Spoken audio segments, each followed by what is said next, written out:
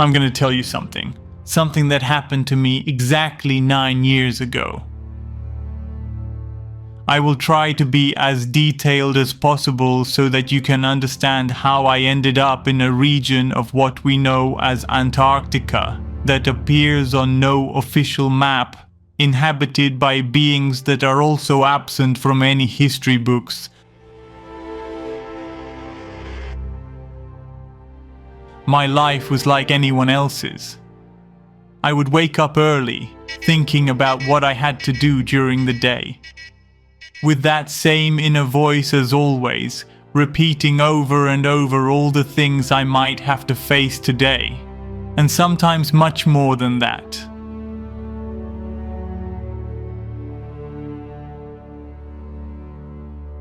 That inner voice that goes on and on about many of the problems I had and other problems I projected, which fortunately would never come true.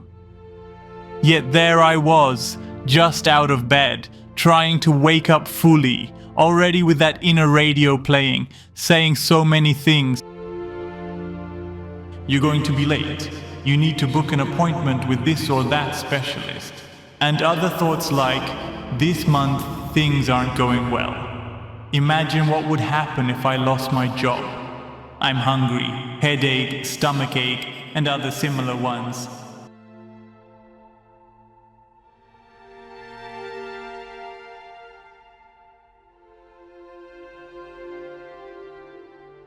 I turned on the TV to watch the news before leaving home. Murders, torture, economic crises here and there, wars, missiles, and what I thought would silence my inner voice actually seemed to make it louder.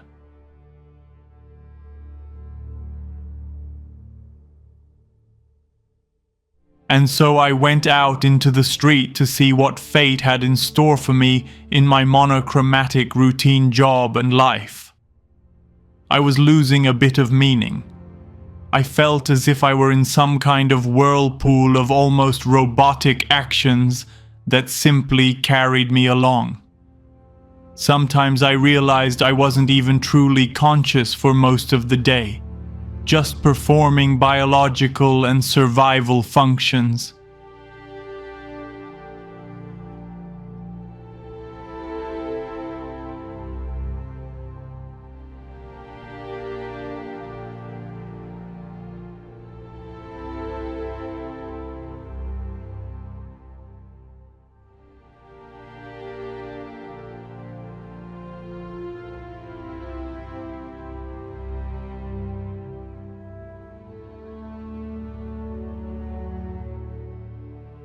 I worked for hours in front of the monitor of an old computer at my job until break time, when I barely had time to eat something and go back.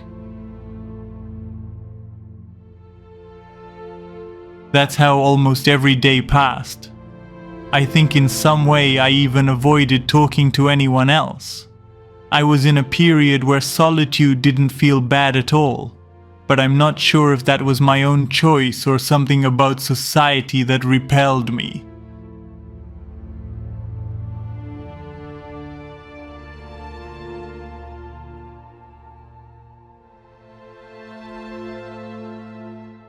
Then at night, heading home again. But that night, something was about to change forever. I was a few blocks from my apartment when suddenly I felt as if time had stopped for a few seconds.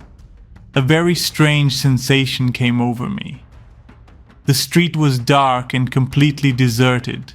No voices, no sounds.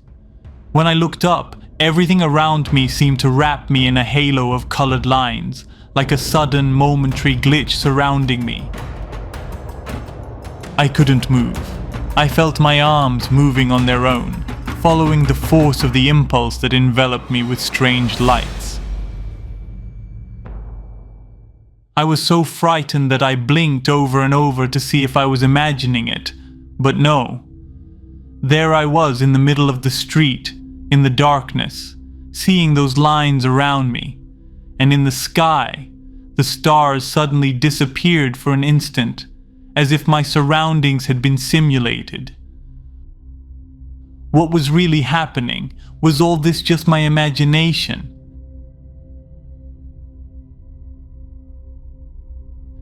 Terrified, I walked away. I don't even know how I made it back to my apartment. I was so shaken by that vision and that inner sensation that I remember looking out the window many times to see if I could somehow experience it again.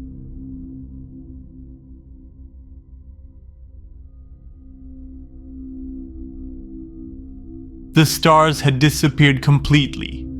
I asked myself again and again. But my inner voice was different. As if my old inner voice no longer sent those constant messages about everything I had to do, or should do, or what had happened. Everything was calmer, but I still felt fear. That was the word. Fear for what I had experienced. I wanted to search the internet for similar experiences, but I didn't even know what to look for. Colored lines surrounding me, stars disappearing from the night sky. I would probably just find that something was affecting my vision, or perhaps some illness. Lost in thought, I eventually fell asleep. And that night, I remember it perfectly, I had a very strange and vivid dream. I found myself in what I thought at the time was Antarctica, or a place with a harsh climate. But there were ice walls all around. A shadow seemed to approach me, and in front of my eyes appeared a woman with light-colored eyes and reddish hair. She didn't introduce herself, didn't say where she came from, nor what she was doing there. I had never seen her in my life. I only remember her saying, "You must travel south," and giving me the name of a hotel. When I woke up, I looked it up immediately, and to my surprise, it existed. I had never seen or heard of this hotel before. What were the chances? Everything that had been happening over the past hours was truly hard to digest. I decided to set it aside for a moment and got ready to go to work as usual. When I turned on the TV to watch the news before leaving, they were talking about Antarctica.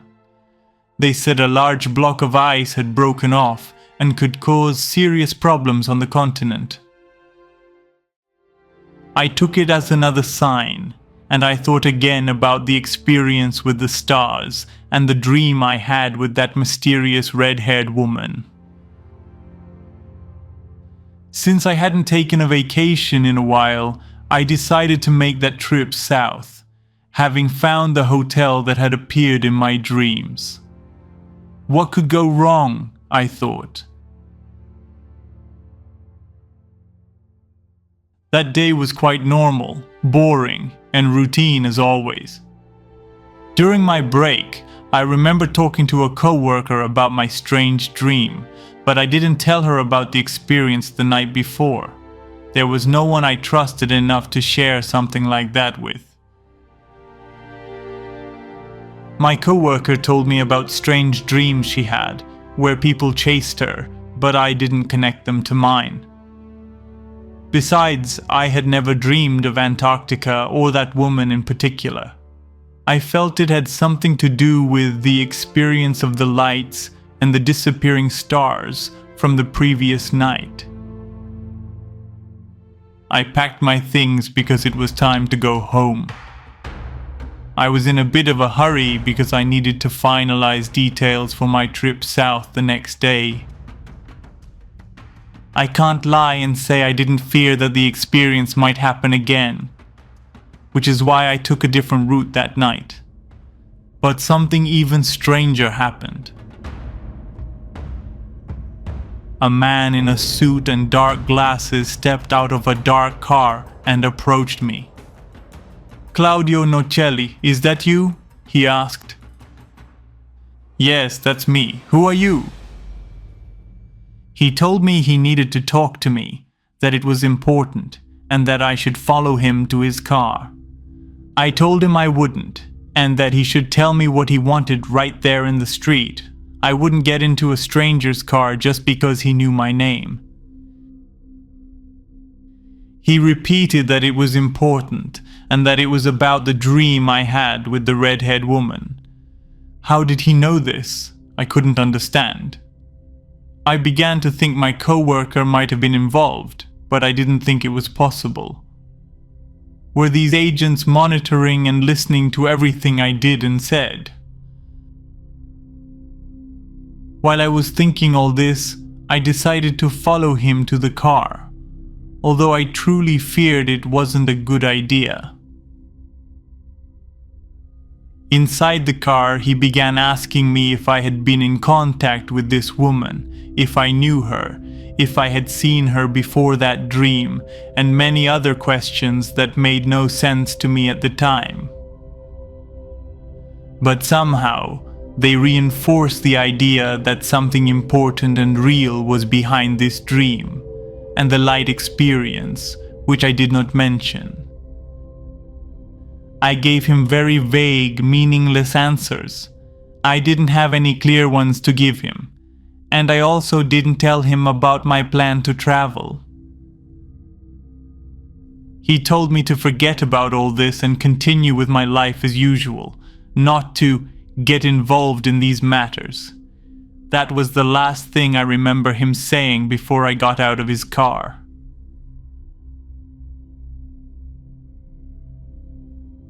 That night at home, I began to think a lot, going back and forth over whether this trip was a good idea. But curiosity got the better of me once again. The next morning, I set off for the airport, heading south. I took a taxi, and in about 40 minutes, I had arrived at the city's largest airport.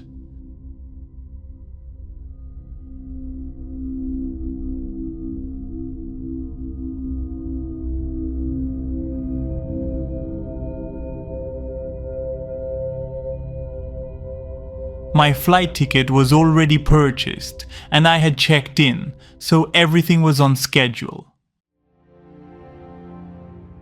I remember looking in all directions to see if I could spot any of those agents following me. Life after that experience was not the same. I didn't feel the same inside either. I was somehow calmer in regard to the constant stream of thoughts that usually bombarded my mind.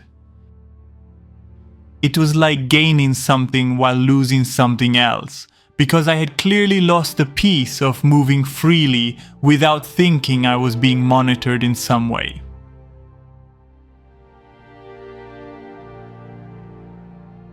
The flight was uneventful, and I arrived at a well-known airport at the end of the world.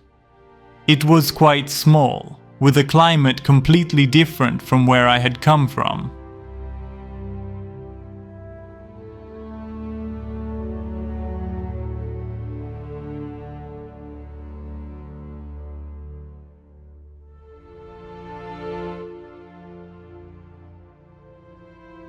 Another taxi took me to my hotel, the one the woman in my dream had told me about. I wondered if I would find anything there.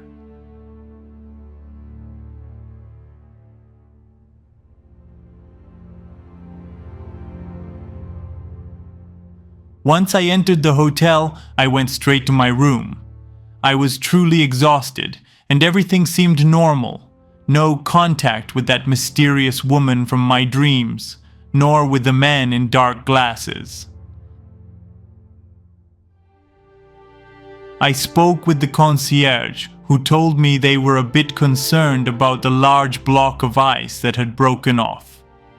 The city was on alert for any flooding this might cause, and some were even talking about possible earthquakes in the area. He told me hardly anyone had arrived that weekend, or at least very few tourists.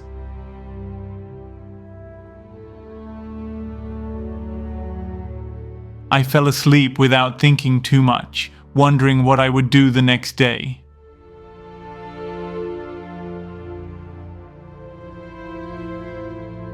I was awakened by someone knocking on my door. It was the concierge again, telling me there were 2 men downstairs asking for me. Them again? Those men again? I was truly annoyed by the harassment I was suffering, but I had no choice. I was in a city I didn't know, and these guys weren't going to give up. I headed downstairs already irritated. As I went down the stairs, I decided to take my suitcase with me, thinking that if it was them, maybe I would take another flight to a different city or check into another hotel. But they weren't the same agents as before. These were different men, wearing old-fashioned hats, though they also wore dark glasses. I thought they might be from the same place, or sent by the same people. They asked me to get into their dark car. The chances they weren't from the same group were really low, and I began to feel quite annoyed by the situation again. These agents were more friendly, so to speak. They told me not to worry, that they were going to take me to speak with someone. I told them this was an absurd chase, and they needed to tell me what they wanted. They seemed surprised and told me again to calm down, that I would soon be able to speak with Helen. Helen? I thought, could these men be connected to the red-haired woman after all?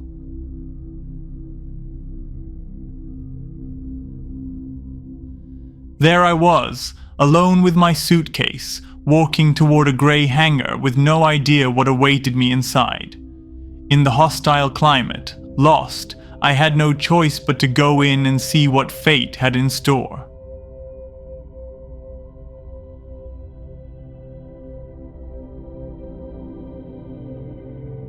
Inside there was a white table with some chairs. I sat in one and waited a few minutes. The woman, Helen, appeared. She looked exactly like the woman in my dream. I was completely taken aback. She introduced herself as Helen Morris and said she was sorry for having brought me here this way, but that she needed to tell me about certain things that had happened. Why me? I asked. She told me they had conducted an experiment on the night sky and knew I had been able to see it, and that this had caught their attention. You know about my experience with the lights and the stars? I asked. Exactly, she said. We did that. We act directly upon what we call the dome projector, what you see in the skies. I remember being so surprised that I asked, are you saying that what I see in the skies every day is not real? What you see in the skies is not real, it's a projection. I sat there thinking, trying to process it all. I asked where they came from, and Helen told me they were from 8,000 kilometers beyond what we know as Antarctica, or the ice walls. I didn't believe her at first. I couldn't understand how there could be more land beyond Antarctica. She showed me a map where vast lands, entire continents, were visible beyond the ice walls, encircling the known continents. It was incredible. Had I been deceived all this time with another model? Was it really possible to travel to other lands beyond these walls? What other civilizations existed there? What were they? I had 1,000 questions all at once.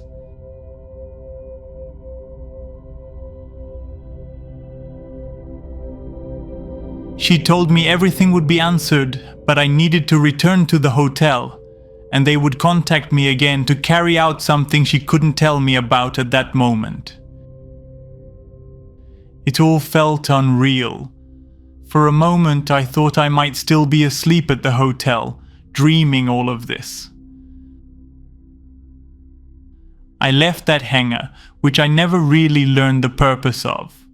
It looked like a military place where something was stored, but it was empty.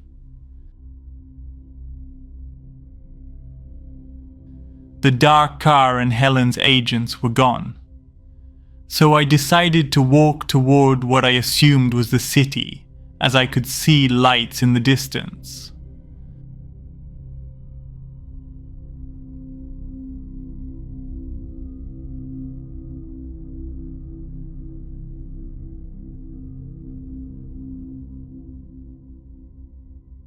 On my way back to the hotel, I saw a travel and tourism agency with a sign that said something like "Unique Opportunity, Trip to Antarctica," with the date for the following day. In some way, I took it as a sign. Everything that had happened seemed to be leading me toward that destination. I went in to ask, and for some reason, though I can't explain why, I bought the ticket and returned to my hotel, thinking about everything that had happened and that tomorrow I would be going to Antarctica. I needed to visit that place on my own. I wanted to see if there was the slightest possibility of finding another civilization, or perhaps other lands like those on Helen's map.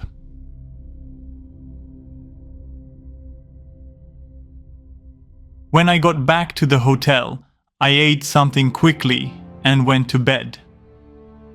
Tomorrow was going to be an important day.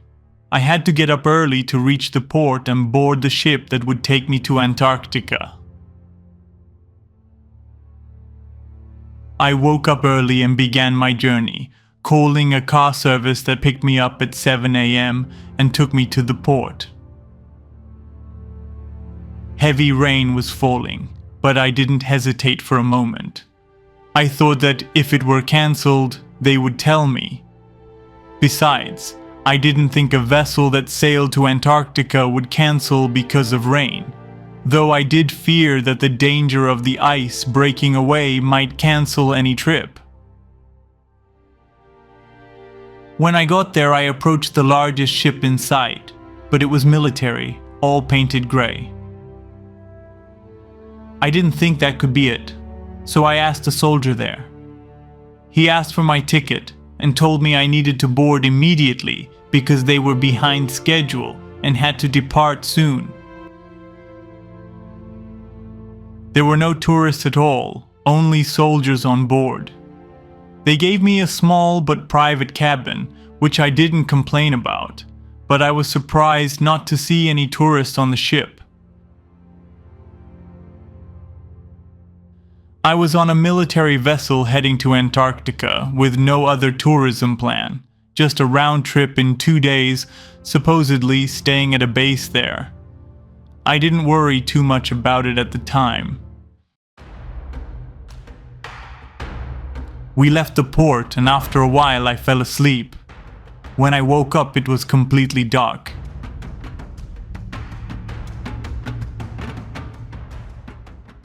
How much time had passed? I had no idea.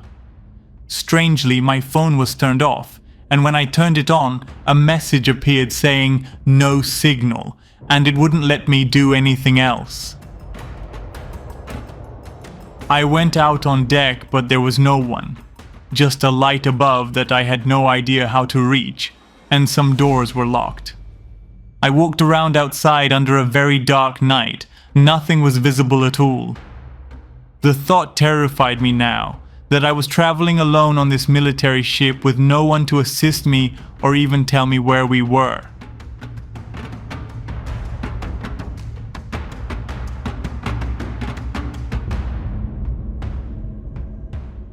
It felt like a ghost ship, adrift, with everyone inside having vanished. I really began to worry and think this whole trip had been a terrible decision. When I returned to my cabin, a few minutes later, someone knocked on the door. It was a soldier telling me they had to take an alternate route because of the weather and that we would be arriving at another base on the Antarctic peninsula in a few hours. He offered me food and drink, but I was truly annoyed with him. I told him that some doors were locked and that I had never been able to go up to speak to whoever was in charge. He asked me to calm down, saying we would soon reach our destination. And so it was. Dawn broke slightly, though visibility was poor due to heavy fog. For the first time, I could make out massive ice walls ahead, and that was where the ship was headed. The vessel came right up against the walls, and we disembarked onto an improvised gangway. They told me I had to enter a base there where I would be given more information about my trip. I didn't like this at all. Everything was very strange. I had seen soldiers with quite sophisticated weapons. Why were they so heavily armed here? It felt as if an entire war was being fought on the ice. I entered the base and went down a set of stairs. Below, I stepped into another room and sat down, waiting. I waited a long time, and no one seemed to be coming to explain anything to me. Unfortunately, someone did appear. Yes, exactly. The same agent who had been following me showed up again. He told me I shouldn't have traveled here, and that they knew I had made contact with Helen.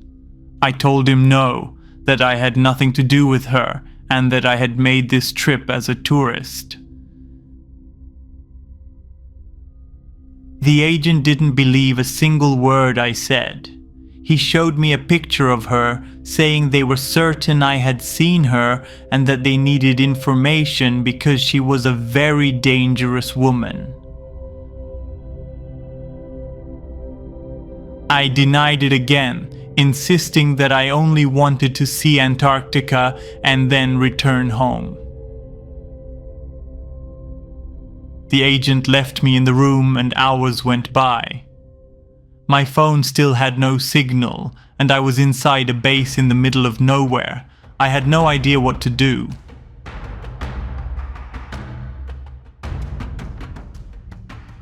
After quite some time, when no one had come back, I tried to leave the room, and to my surprise, it was unlocked. I walked down a dark hallway and exited the base entirely. It was snowing heavily, the weather absolutely hostile. How long could I survive like this? Not long, I thought. But what choice did I have? Those agents inside the base didn't seem to have any good intentions for me. I moved away from the base, trying to find something, anything, but I couldn't even see the vessel. I walked for a long time, who knows how long. I was truly lost, the snow numbing my bones. I walked more and more slowly, hungry, thirsty, and starting to imagine that this was how I was going to die. I even came across something in the ice and realized they were bones, human bones buried there in the middle of nowhere. Again, I asked myself, where was I? I was genuinely afraid for my life. I think I was close to collapsing there several times as I tried to keep going.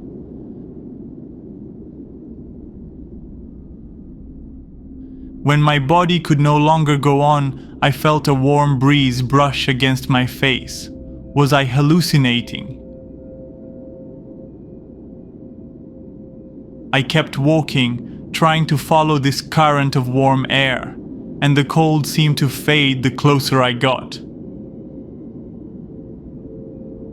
I remember looking at the sky several times. It was dawn, but there were two suns, one of them very red.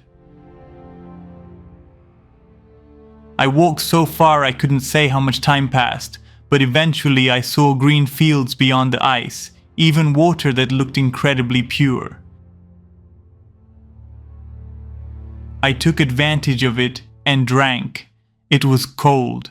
I kept walking, my bones aching terribly, and sat down at the edge of the green land. I saw absolutely nothing around me and had no strength left to go on. I was falling asleep, unsure if I would ever wake up in this situation.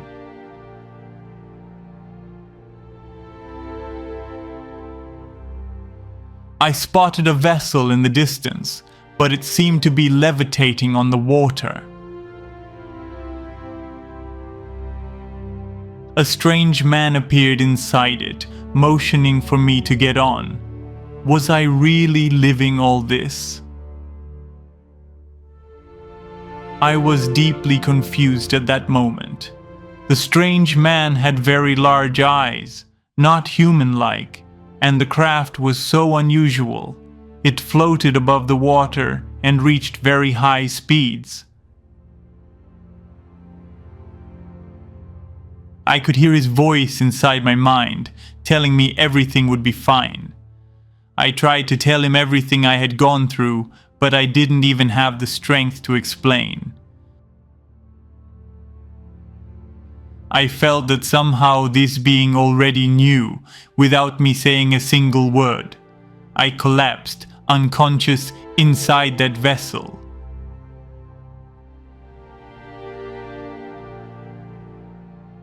When I woke up, dizzy and unsure where I was, I found myself lying on a very strange purple bed. The room was also very sealed, no windows.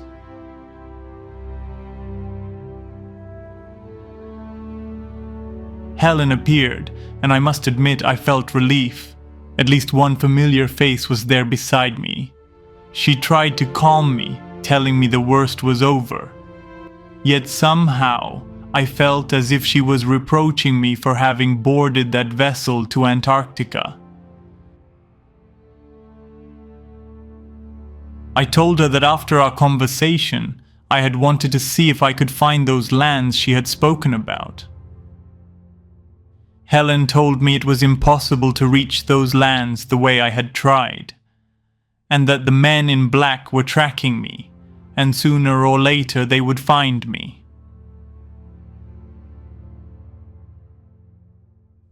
A strange being brought me here, I said. Helen explained that they were the Magyri, a race of extraterrestrials living beyond the known lands, from one of the continents she had shown me on the map, called Laurentia. I then asked her if she too was extraterrestrial. She told me no, that she was human, born to a human father like me and an ancestral mother, from a humanity that existed before the year 1728. That humanity had fought a great war against the colonizers and had lost. That defeat forced them to escape and live in lands beyond the ice walls. Her father, William Morris, had traveled through passages to reach the lands beyond the ice. Her mother had been a baby when she was rescued by the Anakim giants, who saved the ancestral humanity, allowing them to start a new life beyond the first dome.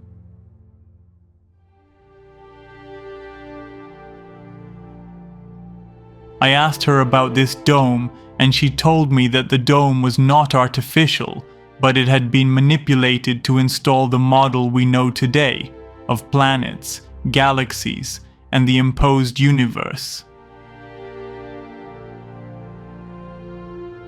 This model reinforces the idea that humans live far away from everything, that they are unimportant, just a tiny grain of sand, insignificant.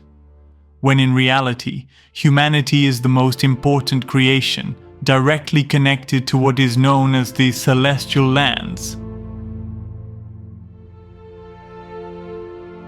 She told me about the colonizers, the custodians, the Anunnaki, the Greys from Orion, and the Etamines from Draco. These were days of pure learning in unknown lands, which appear on no official map, known as beyond the line of absolute zero. Helen told me I couldn't return to my lands because I was being hunted, and it would be far too dangerous for my life. I felt despair at the thought of never seeing my loved ones again. What would happen now? I was in unknown lands, surrounded by truly advanced beings. But even this area wasn't entirely safe. It was still part of lands within the known continents. So what was this mission we had to carry out? And clearly, it was to make all of this public, to have it reach as many people as possible so that sooner or later everyone would know about these lands beyond Antarctica and the simulation taking place in our skies with the dome projector, the custodial technology that lies about the world we live in and everything around us, as well as about our past and our direct connection to our soul, the celestial lands. But what would happen now? Was I doomed to live on these islands, a fragile bridge between the known lands and those hidden beyond the first dome? What dangers awaited me in this frontier where anything could happen? Would the agents still pursue me even here, where the horizon looked like a liquid wall? Only one certainty pulsed through me like a violent heartbeat. This had to be published, and it had to be before silence caught up with me.